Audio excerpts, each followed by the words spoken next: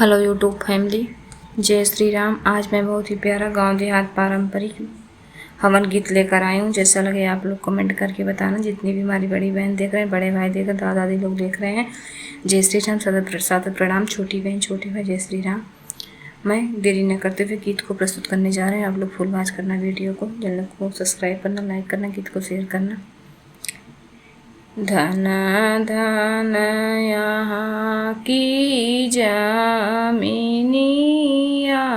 हो, जमीनिया बड़ी पावन हो।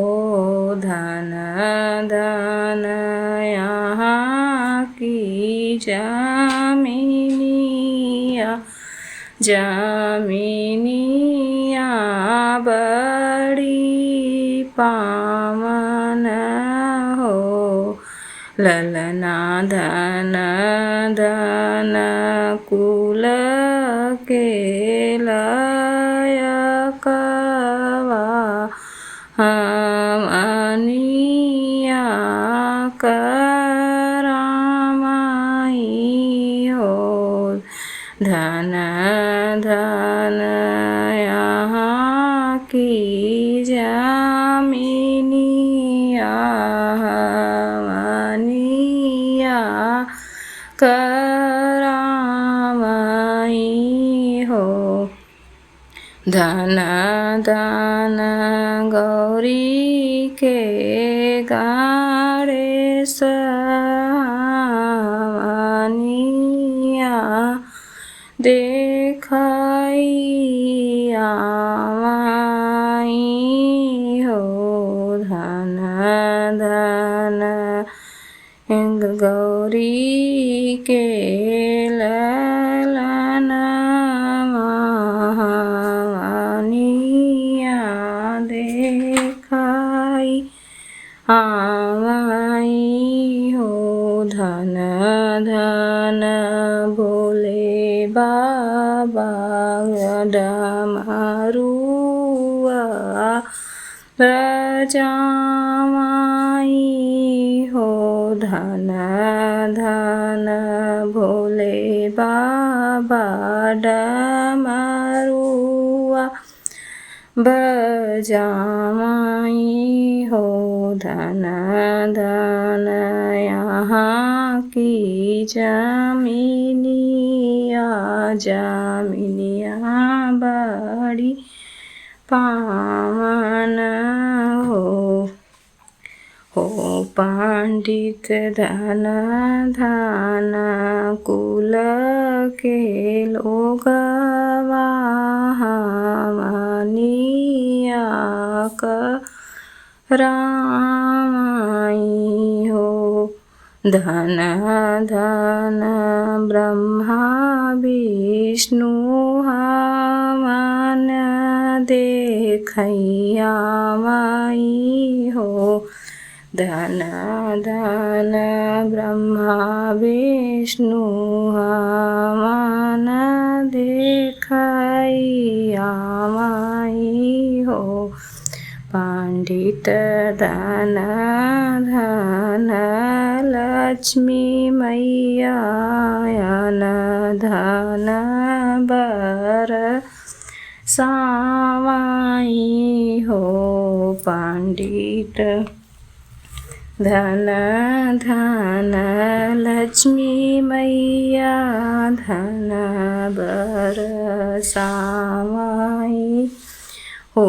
धन धन यहाँ की जमीनिया,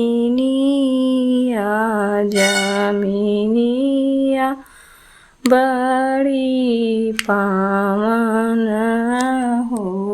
धन धन यहाँ की जमीनिया, जमीनिया बड़ी पावन हो।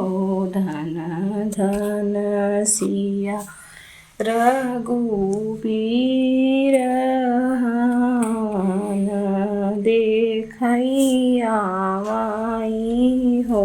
धन धन सिया रघुबीर हवन देखैया माई हो पंडित दन धन वीर हनुमान भगति करामाई हो धन धन वीर हनुमान भगति करामाई हो धन धन राधा रानी हवन देखैया माई हो धन धन पंडित कृष्ण कान्हैया मुरली बजावाई हो धन धन पंडित कृष्ण कान्हैया मुरली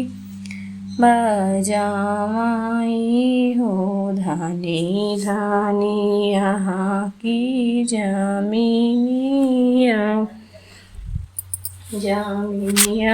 बड़ी पावन हो धन धन यहाँ की जमीनिया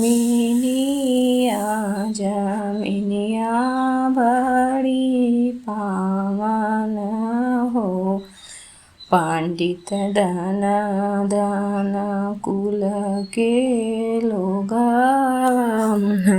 मानिया करामाई हो धनी धनी सब देवी देवता मन देखैया माई हो पंडित धनी धनी गौआ के लोगवा आमन फूल बरसामाई हो धन धन गौआ के लोगवा फूल बरसामाई हो धनी धनी यहाँ की जमीनिया